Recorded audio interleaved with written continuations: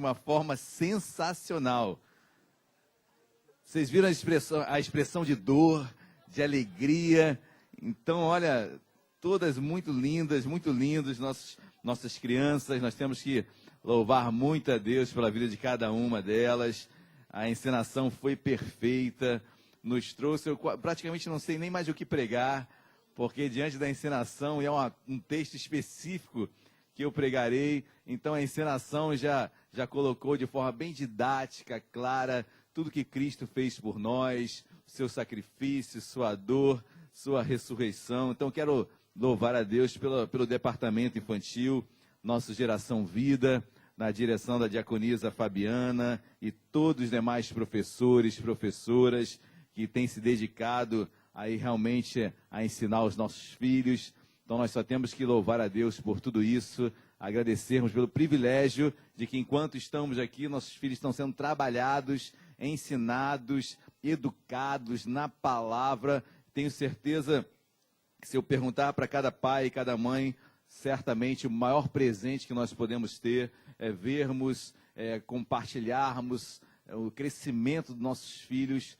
nos caminhos de Deus. Esse é o maior presente que nós podemos ter e graças a Deus nós temos tido isso aqui em nossa igreja e cada vez com teatros mais elaborados. A cruz quase que encerra a vida ali do Fernando, quase que o Fernando parte com a cruz também, quando a cruz caiu ali. Então, ou seja, tudo ao vivo é mais bonito, é mais gostoso. Então, quero assim louvar muito ao Senhor.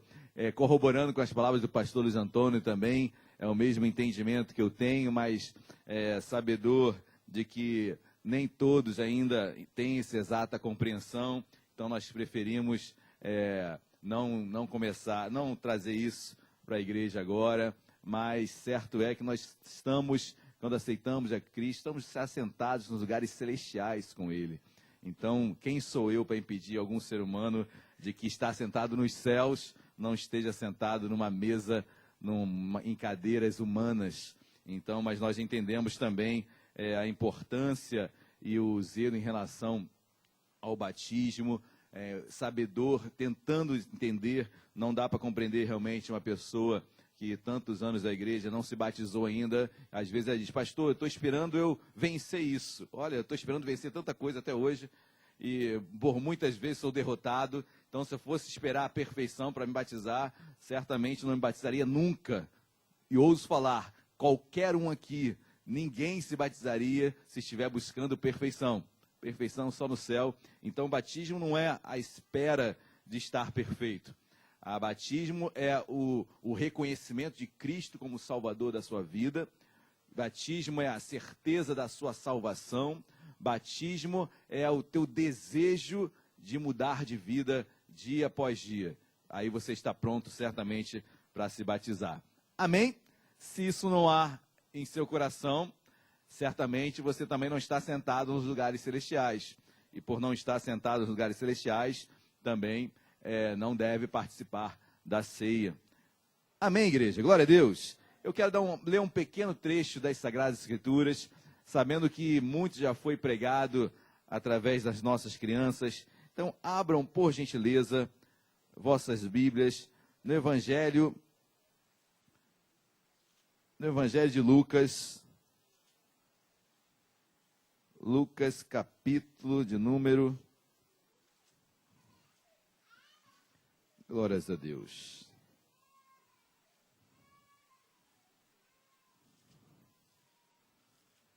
Todos acharam Lucas? Tem Evangelho de Lucas na Bíblia?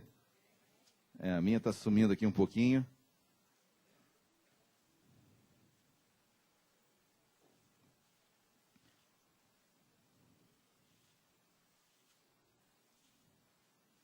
Mensagem da cruz para as nossas vidas. Tenho certeza que sairemos daqui abençoados nesta manhã. Amém? Principalmente se eu achar o texto bíblico, que não é Lucas, não. Não é Lucas. Passagem de Jesus lavando os pés dos discípulos, meus queridos, por favor, ajuda os universitários. Isso, João. João capítulo 13. Ninguém achou Lucas? Achou, mas não era lá? João capítulo 13, versículo de número 1. Evangelho de Cristo, segundo João, capítulo número 13, versículo 1. Você que já achou, pode ficar sentado mesmo, ok? Capítulo 13, versículo 1 diz assim: Ora, antes da festa da Páscoa, sabendo Jesus que era chegada a sua hora de passar deste mundo para o Pai, tendo amado os seus que estavam no mundo, amou-os até o fim.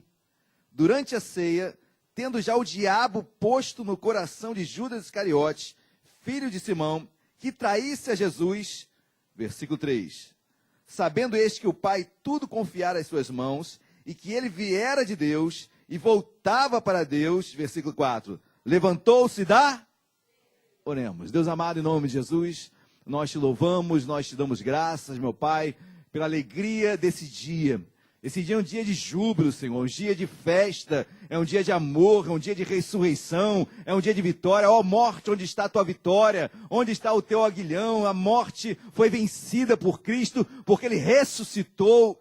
Isso é festa, isso é vitória, é alegria, é júbilo. Nós temos essa alegria. Mas, meu Pai, Jesus sabia de tudo isso que iria acontecer. Sabia que ele ia para uma cruz, sabia que ele ressuscitaria, sabia que a vitória estava consubstanciada no vencer da morte. Tudo isso ele sabia, mas mesmo assim, ele ceia com seus discípulos, como foi encenado aqui. E no meio daquela ceia, Senhor, que era um momento único, porque era um dos últimos momentos, ou melhor, penúltimo, antepenúltimo, que ele estava ali com os seus discípulos, pouco tempo antes de ser crucificado, um tempo importante, então, a ceia, de estar ali com os seus discípulos de uma forma mais íntima, seus últimos momentos, ele para aquela ceia, ele se levanta no meio daquela ceia, algo mexe com o seu coração, Deus, que eu quero trazer nesta noite, nesta manhã, perdão, à igreja que aqui se encontra. Deus, fala conosco, Deus, o que se trata, o que fez Jesus? Parar aquela cerimônia, parar aquela ceia, sabendo que eram as últimas conversas que ele teria com os seus discípulos. O que o faz levantar daquela ceia? Deus, fala conosco nesta manhã, em nome de Jesus. Amém e amém. Glória a Deus. Mano, Jesus levanta-se no meio daquela ceia, estava conversando com os seus discípulos, estava começando aquela ceia, aquela janta, aquele momento de Cristo com os seus discípulos, com os 12 apóstolos, ali conversando, ceando, mas no meio daquela ceia, Jesus para e se levanta. E ele vai fazer algo que nós já sabemos o que era, eu vou ler daqui a pouco. Jesus vai se levantar e vai lavar os pés de seus discípulos, mostrando a forma e o porquê dele ir para a cruz. E para que ele estava indo para a cruz? No que realmente se tratava o amor pelo próximo. Jesus estava mostrando o serviço. Mas isso nasce, essa ação de Cristo na cruz, na ceia, ela nasce a partir de um momento de algo que acontece no meio daquela janta, no meio daquela conversa, no meio daquela ceia. Algo acontece. Volte comigo. Agora sim, creio eu, porque eu já desmarquei tudo. Vá lá em Lucas.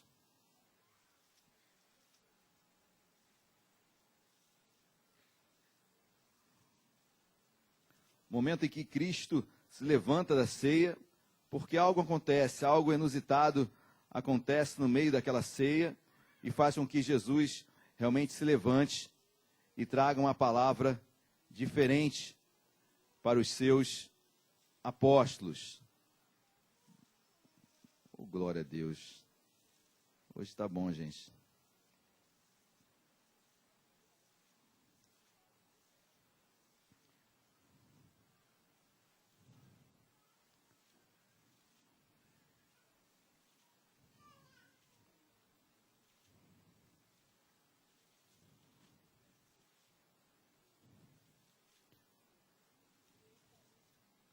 Lucas capítulo de número 22. Lucas 22. No meio daquela ceia, versículo 24. Lucas 22, versículo 24. Todos acharam, amém? Diz assim a Bíblia: suscitaram também entre si uma discussão sobre qual deles parecia ser o maior. Mas Jesus lhes disse: olha, os reis dos povos dominam sobre eles, e os que exercem autoridade são chamados benfeitores. Mas vós não sois assim. Pelo contrário, o maior entre vós seja como o, e aquele que dirige seja como o que? Pois qual é o maior? Quem está à mesa ou quem serve? Porventura não é quem está à mesa? Pois no meio de vós eu sou como quem? Amado, isso surge numa discussão no meio da ceia, uma discussão sobre quem seria o maior, e Jesus se levanta, corroborando com o texto que nós lemos em João. Ele se levanta e começa a lavar os pés dos seus discípulos, mostrando que o maior era aquele que servia. O maior era aquele que não estava à mesa, mas aquele que estava servindo, o que estava se doando. Porque ele, dentro de alguns momentos, dentro de algumas horas, porque isso aqui acontece na sexta-feira à noite, entendam, quinta-feira à noite, tá bom? Mas no calendário judaico, o dia começa após as 6 horas da tarde, então a sexta-feira estava começando, devia ser por volta de 8, 9 horas da noite, entendam isso já como sendo sexta-feira para o calendário judaico, e Jesus, a partir dali, depois dessa ceia, ele partiria para o Getsêmani, onde seria preso, tudo que foi ensinado aqui. Depois ele seria levado para o Sinédrio. No Sinédrio ele seria julgado no tribunal religioso pelos 70 sumos sacerdotes que havia ali. Depois ele seria levado até Pilatos, onde seria assim julgado segundo o tribunal romano. Pilatos era o governador de Roma ali na Judéia. E depois ele seria levado ao pretório, que era a fortaleza, o palácio de Herodes. E ali ele seria crucificado. A crucificação acontece ali no pretório, onde era a guarda romana que ali ficava. Ali ele seria crucificado, seria espancado, esbofeteado. Ali ele seria cravado a coroa de espinhos, colocaria um caniço em suas mãos como forma de sarcasmo. Jesus é coroado com uma coroa de espinhos, um paralelo à coroa que todo rei teria, mas a dele era de espinhos, porque o espinho, em Gênesis capítulo 3, vai dizer que o espinho seria a maldição que Deus deu para a terra. Os abrolhos dos espinhos nasceriam da terra. Então o espinho era símbolo de maldição. E Jesus estava sendo crucificado com espinhos. Maldito rei, como se estivesse falando isso. Ele recebe um cetro, ou melhor, um caniço nas suas mãos, em analogia ao cetro que todo rei tinha. Mas para você, Jesus, é um caniço nas mãos. E pegam ainda aquele caniço, tomam da sua mão e ainda batem em sua cabeça, sabendo que em sua cabeça havia uma coroa de espinhos, e cada paulada daquela, mais os espinhos eram cravados no seu couro cabeludo, e ali ele sangrando, ali ele sofrendo por cada um de nós. Tudo isso aconteceria. Tudo isso Jesus já sabia que iria acontecer. Mas ele para uma ceia, ele para um momento de comunhão, ao ouvir que entre os discípulos havia um contexto de quem seria o maior. Jesus fala: olha, quem é maior, o que serve ou o que está à mesa? Olha, eu estou servindo. Jesus dá o exemplo de servo. E aí ele pega, para a ceia, vai lavar os pés de cada um dos discípulos. Isso é a cruz. Isso é Páscoa. Servirmos uns aos outros. Amarmos o nosso próximo. Sabermos de como o nosso irmão está. E dividirmos e compartilharmos, na medida do possível, aquilo que Deus tem nos dado. Isso é ser um corpo só. Amém, igreja? Glória a Deus. Acho que eu falei quarta-feira, mas a beleza do corpo é que os seus membros são diferentes. A beleza do corpo é que eu sou diferente de você, e você é diferente de mim. Mas quando nos juntamos, somos um só corpo. A beleza de tudo isso é que eu sozinho não consigo fazer nada. Eu, como um simbolismo da mão de um corpo, eu só vou conseguir pegar algumas coisas, mas como eu vou me locomover se não houver um braço? A beleza do corpo, ela só tem sentido quando os membros se juntam e agem de uma forma, de um sincronismo perfeito. Isso é o corpo, isso é Cristo, isso é a igreja, isso é servir. É muito mais do que estar à mesa e apenas ser servido. E Jesus falou: olha, esse não é o maior. O maior não é quem está à mesa. O maior é aquele que está servindo. Por isso que Jesus iria para a cruz, para nos servir da forma mais intensa que um ser humano pode imaginar, que é morrendo por outro. Você se imagina morrendo por alguém? Eu consigo me enxergar morrendo pela minha família. Eu creio que também a maioria aqui consiga se enxergar assim. Mas você consegue se enxergar morrendo por alguém que você nunca viu na vida? Ou talvez por alguém que fez mal a você? Você se enxergaria morrendo por alguém que passou por cima de você, fez mal à sua família? Jesus morreu por todos, meus queridos. Inclusive aqueles que blasfemavam e que batiam em seu rosto, cuspiam na sua face e falavam: salva-te, rei! Tu não és o rei dos judeus! Desce da cruz! E como foi ensinado aqui, Jesus na sua primeira palavra, primeira frase da cruz, ele diz: Pai, perdoa-lhes, porque não sabem o que? Será que não sabiam o que estavam fazendo? Será que não sabiam o que estavam fazendo? Levando um homem para a cruz, que ele morreria? Pai, perdoa-lhes, porque eles não sabem quem eu sou. Pai, perdoa-os, porque eles não sabem quem eu sou e o que estão fazendo no mundo espiritual. Pai, perdoa-os, porque eles não sabem realmente que não estão me ferindo, estão ferindo o Pai. Por isso que eu perdoo, por isso que nós perdoamos, porque sabemos que não é apenas contra nós, mas estão se levantando contra Cristo. Senhor, perdoa, porque eles não sabem o que estão fazendo, estão numa ignorância ainda diante de Deus, diante da palavra. E aí você, por entender isso, você perdoa. Quem está entendendo, diga glória a Deus. Páscoa é serviço, Páscoa é doação, Páscoa é realmente ajudar o próximo, é se entregar.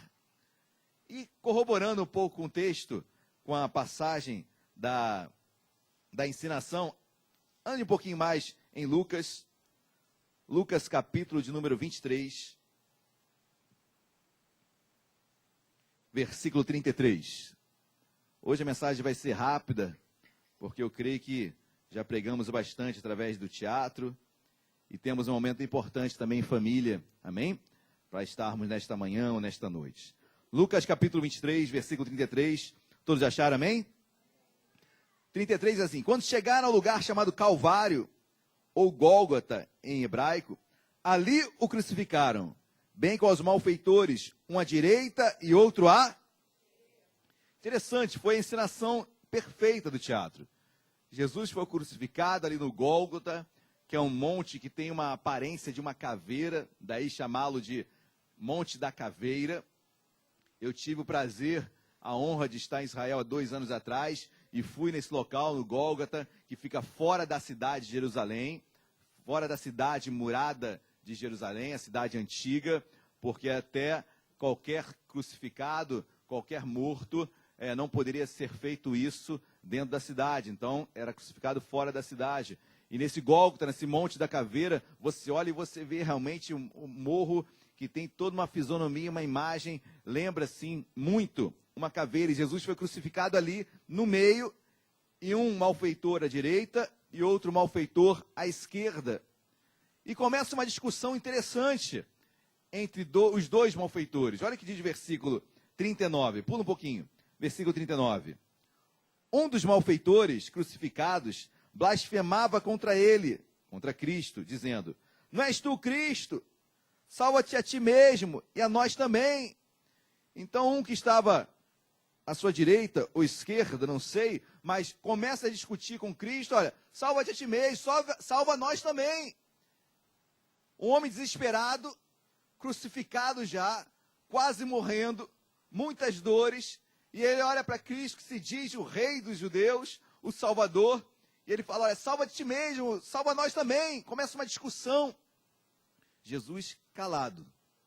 E no versículo 40, olha o que diz: respondendo-lhe, porém, o outro repreendeu, dizendo: nem ao menos temes a Deus, estando sob igual sentença? Aquele outro malfeitor se vira para o outro e responde da seguinte forma: olha, você não teme a Deus, não? Nós estamos aqui sob a mesma sentença, sob igual sentença. Você não temes a Deus? Versículo 41. Nós, na verdade, com justiça, porque recebemos o castigo que os nossos atos merecem, mas este nenhum mal fez. Tu não temes a Deus? Nós estamos aqui porque merecemos.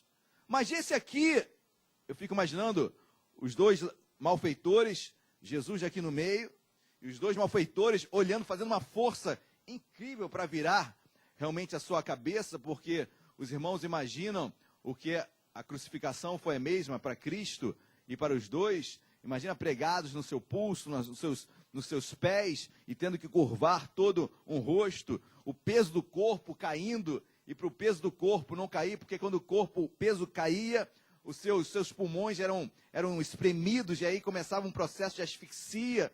Foi isso que leva Cristo à morte, o desfalecimento dos seus órgãos, que o peso do corpo caía sobre os pulmões. E para que isso não acontecesse, o homem tinha que ficar reto. E para ele manter o seu corpo ereto, ele tinha que forçar com um cravo, com um prego que estava no seu pé, cravando para cima, para se manter ereto. Então, cada vez que ele subia para respirar, mais seus pés rasgavam. Você dá para entender o tamanho dessa dor de Cristo e dos demais também. Eu começo a entender o desespero daqueles dois malfeitores que olham um para o outro e começam a discutir. Nós merecemos, mas ele não, você não teme a Deus. E virando o rosto, se esforçando, mas uma coisa que eu acho lindo nisso tudo. Uma coisa que eu acho lindo nisso tudo. E há beleza nisso. Enquanto um virava para discutir com o outro, necessariamente eles tinham que olhar para Cristo. Enquanto um discutia com o outro, por Cristo estar no meio, necessariamente eles tinham que olhar para aquele rosto sem forma, desfigurado, coroado, sangrando. Sua barba foi tirada com as mãos, puxada. O rosto já deformado, suas costas todas dilaceradas. Seu peito dilacerado foi chicoteado acima do que a lei romana permitia. Um chicote que eram tiras de couro, e no final da tira do couro eram pedras de chumbo ou ossos que eram colocados ali. E aquele chicote, quando pegava na pele do homem e saía, grudava e tirava a pele junto. Dá para você imaginar isso? Pastor, é muito pesada essa imagem. Necessária é, porque ela faz com que eu dê valor ao que Cristo pagou por mim, por você, por cada um de nós. Cada chicotada daquela, saía um pedaço da sua pele para fora. E Cristo sofrendo demais naquela cruz, calado no meio daqueles dois malfeitores, gritando um com o outro. Um tentando defender Cristo, teme a Deus. O outro blasfemando.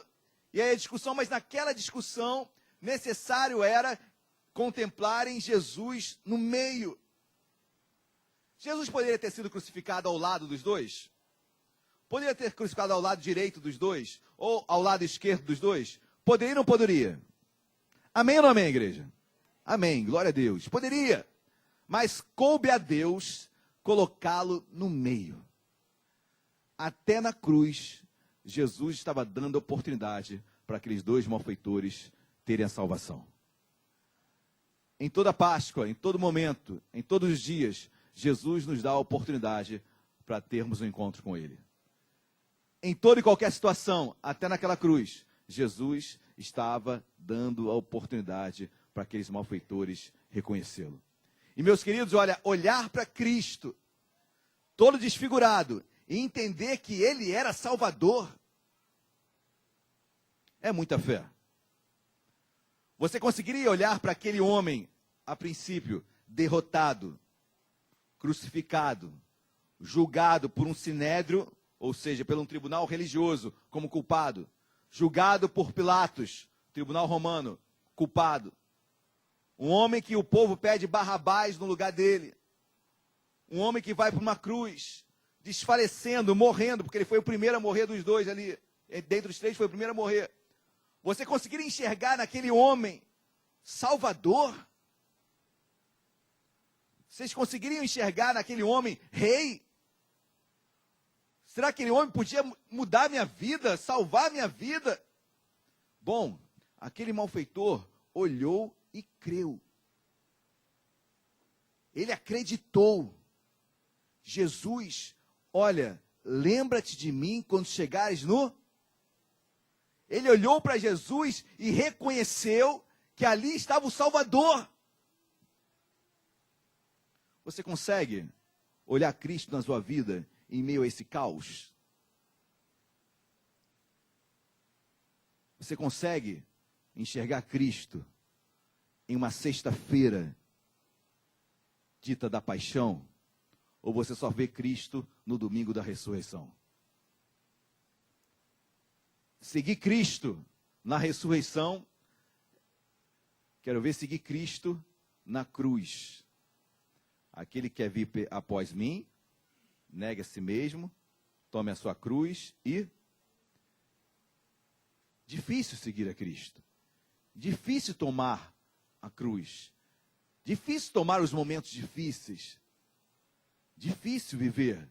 Difícil caminhar. Difícil crer que Jesus era Salvador naquele momento. Jesus se vira para aquele malfeitor, versículo 42. E acrescentou: Jesus, lembra-te de mim quando vieres no teu reino. 43. Jesus lhe respondeu: em verdade te digo que hoje estarás comigo no paraíso. Hoje. Sabe o que era hoje? O dia para o judeu acabava às 6 horas da tarde. Aqui era por volta das 3, porque Jesus falece às 3 horas da tarde daquela sexta-feira. E o sábado já começava às 6 horas da tarde. Jesus falou, cara, em 3 horas, tu estarás comigo no paraíso. E ali ele esteve em 3 horas no paraíso. Quem está entendendo, diga glória a Deus. No meio da dor, aquele homem reconheceu um Salvador, o Salvador. Isso é sexta-feira da paixão. Muita fé. Aquele homem foi batizado? Foi para o céu? Foi para o céu. Certamente não houve oportunidade para o batismo, senão ele se batizaria, ok? Mas aquele homem, de uma forma intensa, reconheceu Jesus como Salvador da sua vida, no momento mais estressante e mais difícil de reconhecer algo, ele reconheceu Jesus em sua vida. Glória a Deus, igreja. Mas tem o sábado. Ninguém fala do sábado, não é verdade? Todos nós falamos do domingo, falamos da sexta-feira, mas e o sábado? Eu não ia falar sobre o sábado, mas vamos falar sobre o sábado. Dê um pulo aí em Judas, rapidamente. Meus amados, enquanto nós sabemos que Jesus, ele morre, Judas, qual capítulo de Judas? Qual capítulo, gente, Judas?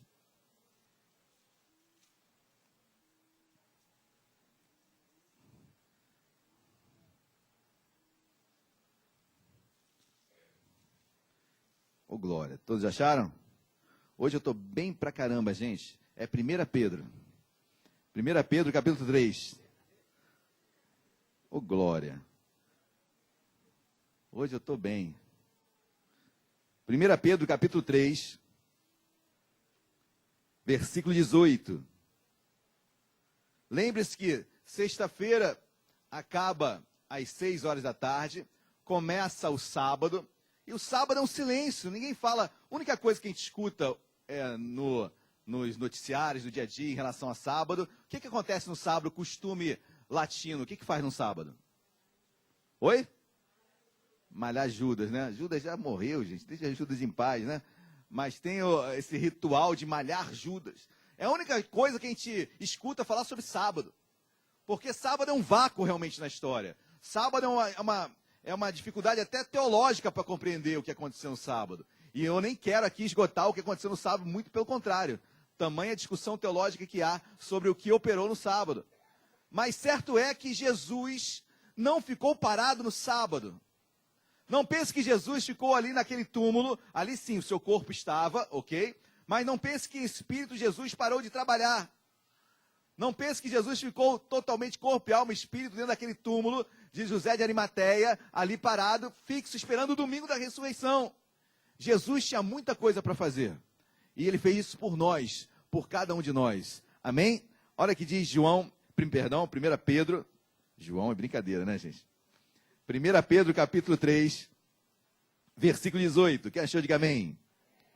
Pois também Cristo morreu, uma única pelos pecados, o justo pelos injustos, para conduzir-vos a Deus, morto, sim, na carne, mas vivificado no qual também foi e pregou os espíritos em...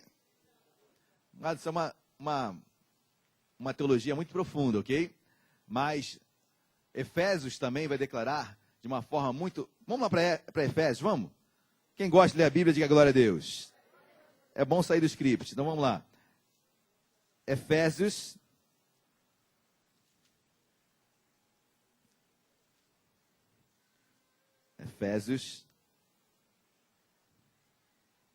Quando a gente sai do script, a gente corre o risco de errar, então...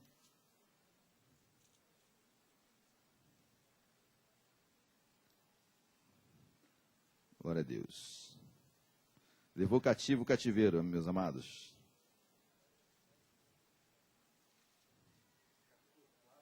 Oi? Isso. Efésios capítulo 4, versículo... Vamos a partir do versículo 7? Efésios 4, versículo 7. Todos acharam, amém? Diz assim: e a graça foi concedida a cada um de nós, segundo a proporção do dom de Cristo. Por isso diz... Quando ele subiu às alturas, levou cativo e concedeu dons aos homens. Ora, o que quer dizer subiu? Senão também que havia descido até as regiões inferiores da... Meus amados, é complicado falar isso, necessitaria de um tempo maior de estudo, mas no sábado Jesus desce às regiões inferiores da terra, no grego chamado Hades, ou inferno, no hebraico Sheol. Jesus desce às regiões inferiores da terra, isso no sábado. E 1 Pedro vai dizer que ele prega os espíritos em prisão, ou seja, pregação no sentido de demonstrar, de aparecer, de estar ali. Olha, eu venci a morte. Olha, a morte não me deteve. Olha, o inferno, obviamente, não foi feito para Cristo, mas a morte não poderia detê-lo. Jesus prega, Jesus anuncia, Jesus vence a morte. Sábado é dia de anúncio, sábado é dia de vitória, sábado é dia do mundo espiritual reconhecer a vitória de Cristo naquela cruz. Assim como os Colossenses vai declarar, nossas dívidas foram cravadas na cruz, Colossenses capítulo 2. Tudo isso na cruz foi estampado publicamente, mas no sábado Jesus concretiza. Existem outras questões teológicas, mas levou o cativeiro. Muitas pessoas entendem que a partir daquele momento, quando as pessoas morriam no Antigo Testamento, elas iam para uma região inferior da terra, e nessa região havia uma parte dos salvos e dos não salvos, dos justos e dos não justos. E quando Jesus ressuscita e leva cativo o cativeiro, ele traz esses justos para uma região celestial. Bom, isso são questões e pensamentos teológicos, mas o que eu quero deixar claro aqui é que o sábado foi um dia de trabalho. No sábado Jesus foi lá no Hades, foi nas regiões inferiores da terra, pregou os espíritos em prisão, anunciou, olha, eu venci a morte, eu estou vivo, a cruz não me deteve. Glória a Deus, igreja. Amém ou não amém? Isso é o que Cristo, sábado foi um dia de trabalho. Enquanto o povo estava ansioso, preocupado, e chegamos ao domingo. E é o domingo, rapidamente, abram as vossas Bíblias para encerrar. Aí sim, agora já encerrando, em Lucas também. Volte um pouquinho na sua Bíblia. Estou até com medo de falar que é em Lucas.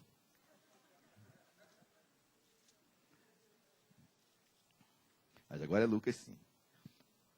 Lucas capítulo 24.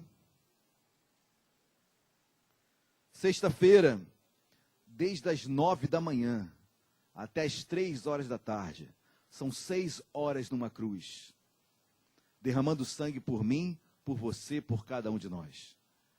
Chega um momento, às 3 horas da tarde, que Jesus fala, olha, tetelestai, está consumado. obra terminada, completei minha carreira, fiz tudo. 6 horas numa cruz, sofrendo por mim, por você, por cada um de nós. Depois, aquele malfeitor, em 3 horas, estava no paraíso. Durante o sábado, Jesus milita, trabalha, vai às regiões inferiores da terra. Se apresenta, venci a morte, venci o inferno, vivo estou, eu tenho as chaves da morte e do inferno. Quem tem a chave da morte e do inferno, querido, guarde isso, Apocalipse vai declarar isso, depois você lê com calma. Quem tem a chave da morte e do inferno não é o diabo, é Jesus. Jesus, amém? Ninguém morre e ninguém vai ao inferno se Jesus não permitir. Ninguém. Quem tem a chave da morte e do inferno chama Jesus Cristo de Nazaré. Glória a Deus. A Ele nós rendemos graça, a Ele nós vivemos. Passa o sábado, domingo, Lucas 24, versículo 1. Mas no primeiro dia da semana, alta madrugada, foram elas ao túmulo, lembra-se das meninas aqui? Levando os aromas que haviam. Para aqui, meus queridos. Aquelas mulheres que vão ali ao túmulo no primeiro dia da semana, domingo. Pastor, por que no primeiro dia? Porque o dia anterior era sábado. E sábado não poderia fazer nada, não poderia ir visitar morto, não poderia nem sair de casa em alguns casos. Ou seja, era o sábado, o Shabá, era o dia sagrado. Então, um dia de descanso para o judeu. Por isso que não se podia fazer nada no sábado.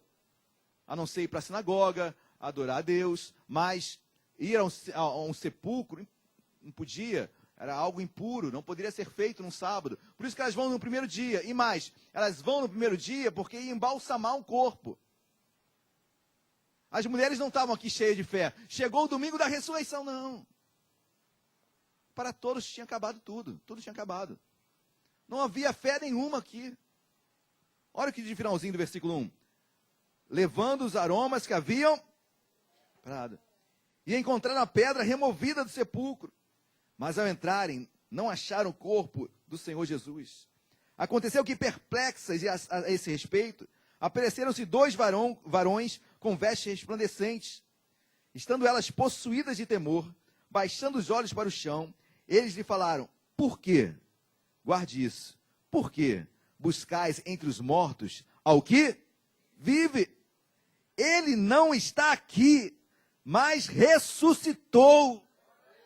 Lembrai-vos de como vos preveniu, estando ainda na Galileia, quando disse: importa que o Filho do Homem seja entregue nas mãos dos pecadores, e seja crucificado, e ressuscite ao terceiro dia. Então se lembraram das suas palavras.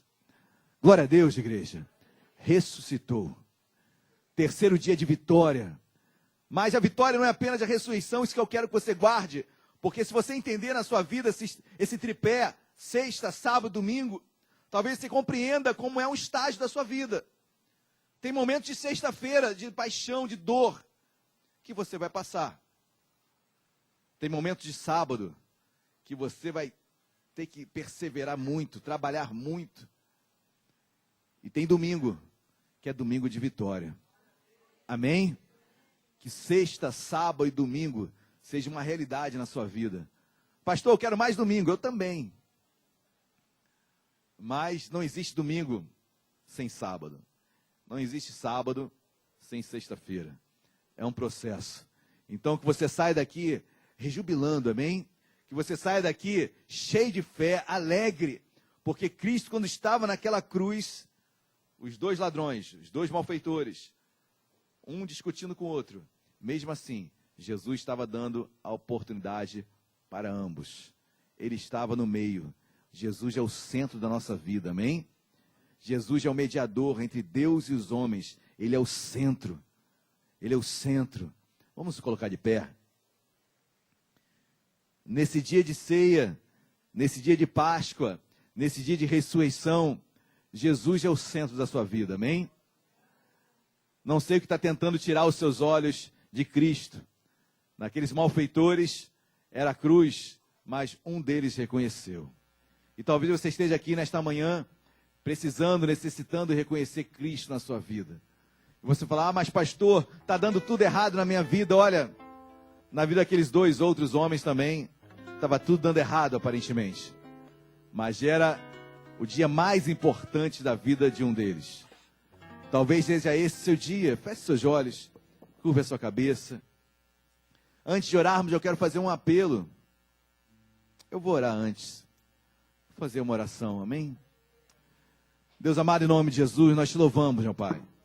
Nós te damos graças. Porque viver contigo não é só domingo.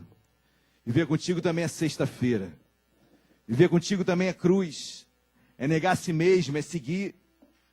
Deus, mas em nome de Jesus vem o sábado, dia de perseverança, dia de trabalho, sim, dia de vitória diante do mundo espiritual, que vai reconhecer que nós não desistimos, não paramos, e o mundo espiritual vai ter que presenciar a minha caminhada, a caminhada do meu irmão, da minha irmã. Vem o domingo, Senhor, domingo de vitória, domingo de crescimento espiritual, domingo de amadurecimento, domingo de conhecimento, domingo de ressurreição. Porque algo morreu em mim para que houvesse vida e vida em abundância. Deus, nesta manhã eu quero fazer um apelo a você, meu irmão, minha irmã, que entrou por essas portas hoje e ainda não entregou sua vida a Jesus.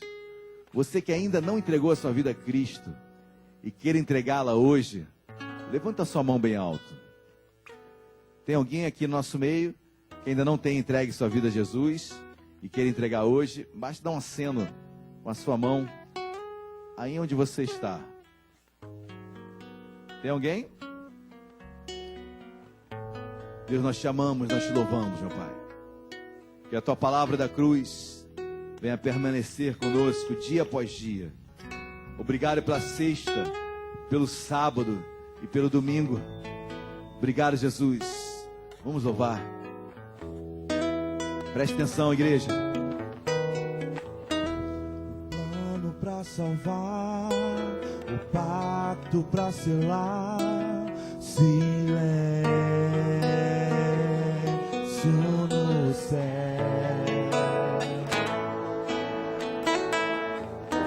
Resgate e salvação encheu seu coração. Ele nem hesitou. Do amor, o autor anunciou a vida e salvação.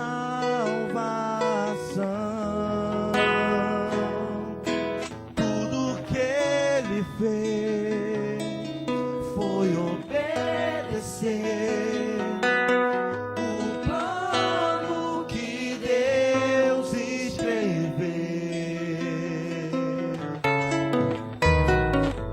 E quando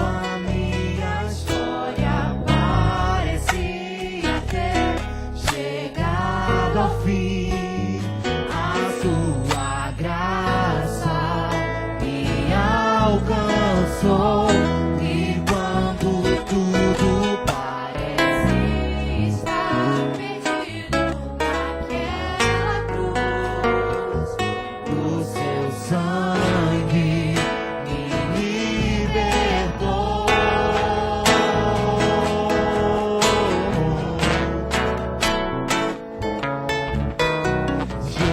Jesus, o plano perfeito, da graça que me transformou. O seu nome é Jesus, nome sobre todos, veio pra salvar. Ele me salvou. O plano pra salvar, o pacto pra selar, silêncio no céu. Resgate e salvação encheu seu coração. Ele nem hesitou. O palco do amor, o autor anunciou a vida e salvação. Tudo